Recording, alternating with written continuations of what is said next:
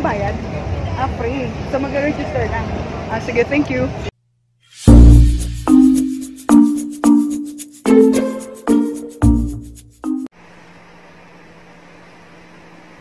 Hi guys! Good morning! Good morning guys! Today is March 28 and day 13 ngayon ng quarantine and we're still here. Bahay pa rin tayo, stay at home pa rin tayo guys. So ngayon, sa umagang ito ang gagawin natin since na nandito pa rin tayo. Pero nakakalungkot lang guys, no? Dahil isipin natin, tayo naman ay sumusunod sa patakaran ng ating pamahalaan, yung mga preventive measures like social distancing, staying at home, yung mga ganun. Kaya lang, iniisip din natin yung ating mga kapatiran, yung mga daily wage earners. Siyempre, walang trabaho ngayon. So, naku-force din sila na lumabas ng bahay para maghanap ng mga ikabubuhay nila. Maganda yung panukala ng ating pamahalaan. May point din naman ang mga tao kung bakit kailangan pa rin talaga nila lumabas ng bahay. Basta ipag-pray na lang natin sila kung ano man ang kung ano man yun. Basta let's pray na matapos na to. Well, anyway, ngayon, dahil nandito lang tayo sa bahay, but we can still have a tour. Papakita ko sa inyo guys yung one time, kung hindi nga lang siguro ganito na quarantine tayo, siguro ay makakapunta tayo doon sa iba't ibang places. Mayroon akong napuntahan na place na napakaganda. It's in the National Museum. So isasama ko kayo guys doon at tara, ito yun.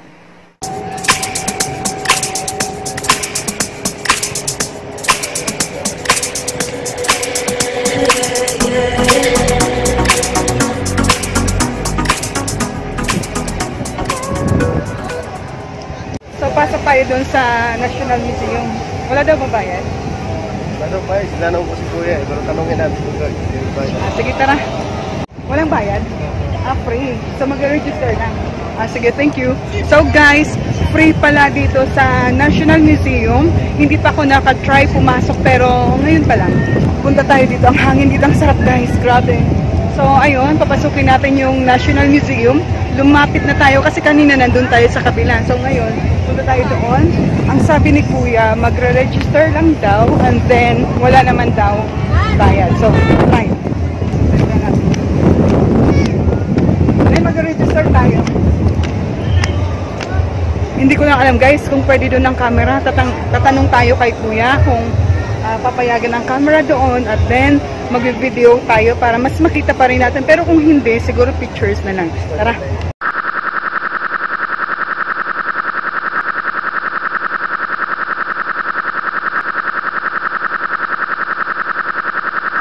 Pumunta lamang sa registration area, mag-register ng pangalan at i-deposito ang bag sa baggage counter. Pagpasok, makikita ang architectural structure na may dalawang parts, ang dome at ang DNA-like structure na nagdudugtong doon sa dome at sa atrium ground. Mayroon ding mga kwarto na may malalaking flat screen TV. Dito mapapanood ang tanawin ng iba't ibang yaman ng Pilipinas. Sa mga koridor naman makikita ang mga litrato ng iba't ibang yaman ng ating bansa. This museum play a big role in reminding us of how we grow as a people. Through arts installations and precious artifacts, they awaken our desire to know more about our rich culture, our history, and our environment which make up our national identity. Meron ding mga activity area. May nakalaang papel na pwedeng kumuha at ipahayag ang inyong damdamin sa Pilipinas sa pamamagitan ng pagguhit. Available din ang mga kagamitan sa pagguhit kagaya ng Crayola, lapis at ballpen. Sa centerpiece ng lamesa, doon pwedeng ilagay ang inyong finished output. Ikaw, kung makakapunta ka doon, ano kaya ang iyong iguguhit para ipahayag ang iyong pagmamahal sa Pilipinas? Yes! Isipin mo na ngayon.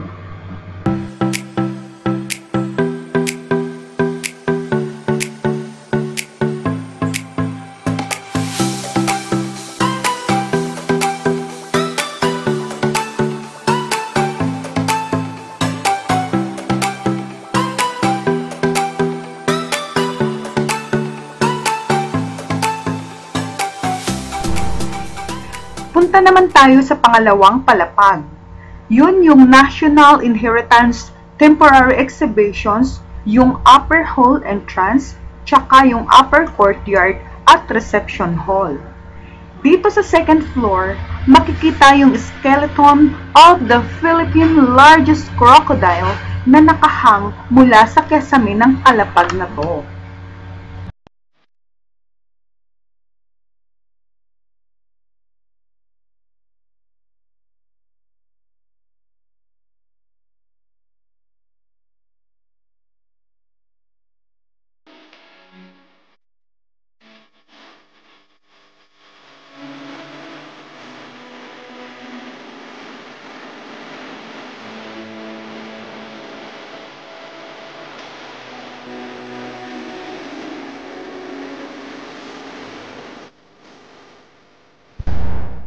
Umakyat naman tayo sa pangatlong palapag. Ito ngayon yung mangrove, beaches, and intertidal zone. Dito rin sa pangatlong palapag, matatagpuan ang marine realms. Nagpapakita ito ng ideya kung ano ang itsura ng the abyss. Kung iikot tayo, mararanasan din natin dito na para kang nakasakay sa submarine at makikita mo ang mga life-size replika ng whale shark at manta ray.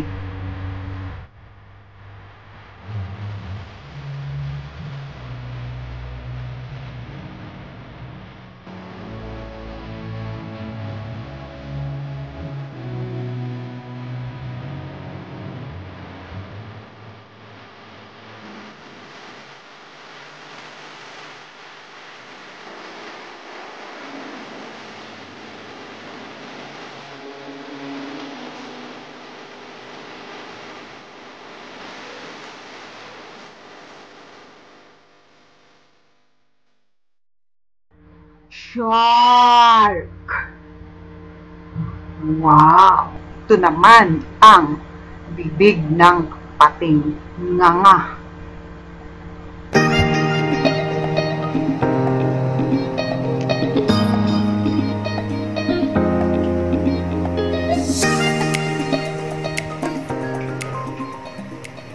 So, buklak na pala. Magsasayang muna tayo and then balik tayo sa kwentuhan mamaya. Tutuloy natin. Sayang muna tayo. So, tutuloy natin mamaya yung ating kwentuhan about doon sa National Museum. So, ang ganda talaga doon guys. Super, very educational. Kung hindi nga lang quarantine, for sure, maaari nating balikan ulit. Pero, kukwento ko na lang sa inyo.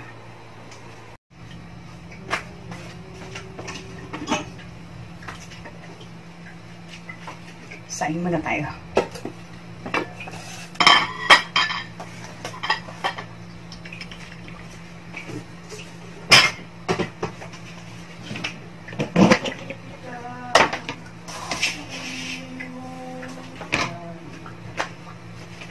Guys, kagabi, may nag-ikot galing sa barangay. Tapos hinatiran kami ng 2 kilong bigas. Tapos 2 can na sardinas.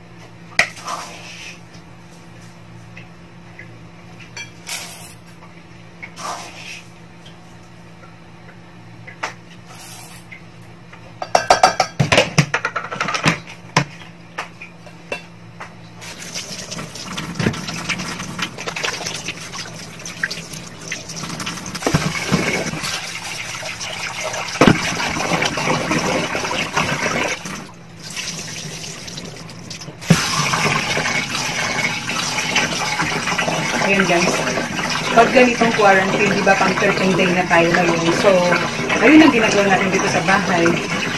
Pag umaga, almusal, tapos saing, kain, YouTube, Facebook, yung tulog naman sa gabi. Ganun na, paulit-ulit lang.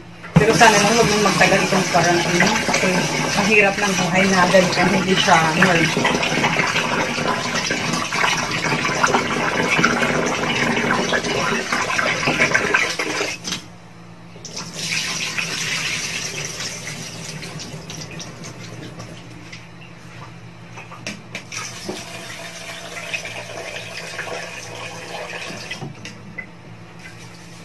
binabanlian ko pa muna ng mineral water yung bigas bago isain dahil nga syempre baka madumi itong tubig galing sa faucet.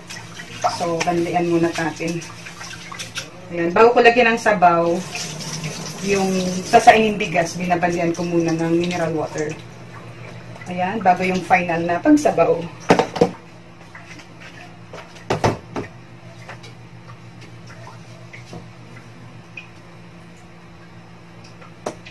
So, for sure, kapag tinakal yung tubig na nilalagay sa bigas, sakto. Ayaw kasi ng mabasa or malata na sinain. So, ayun.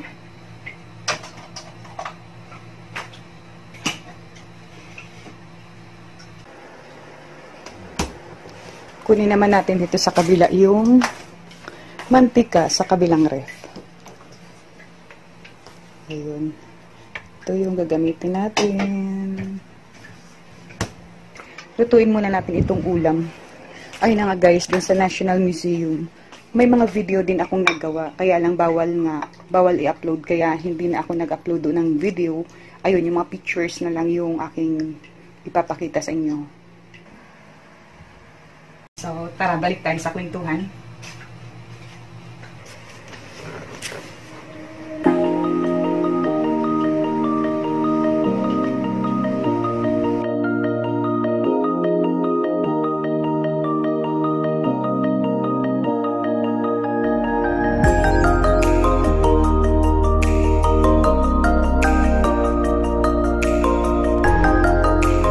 Ngayon naman, punta na tayo sa ika-4 na palapag ng museum.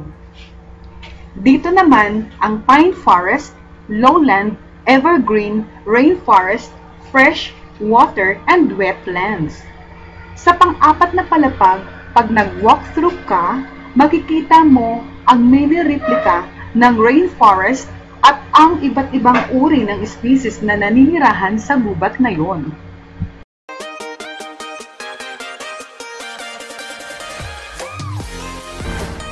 Wow! Ang ganda! Para kang nasa totoong gubat. Pero ang totoo, nandito lang tayo sa gitna ng syudad. Sa National Museum, ang sariling atin. All these lights light up the town. When I'm all alone, walking down the street, I want tonight, it's leading me home. It's coming down, raining on me. Still waiting, still waiting, still. Ngayon, pumunta naman tayo sa ika-5 palapag. Dito naman yung Philippine Biodiversity, the Geology of the Philippines, Mineral and Energy Resources, Life Through Time. Halika, patuloy nating ikutin ang museum na to.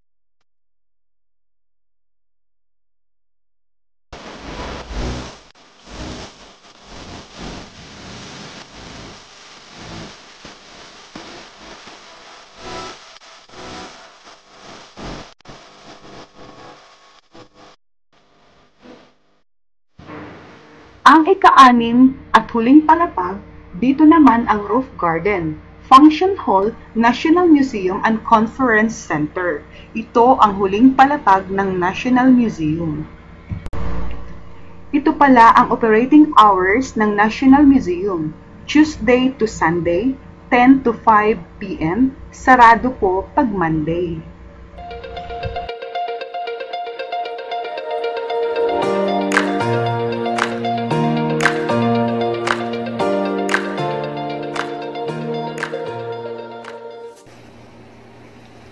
Okay guys, hanggang dito na lang ang ating kwentuhan.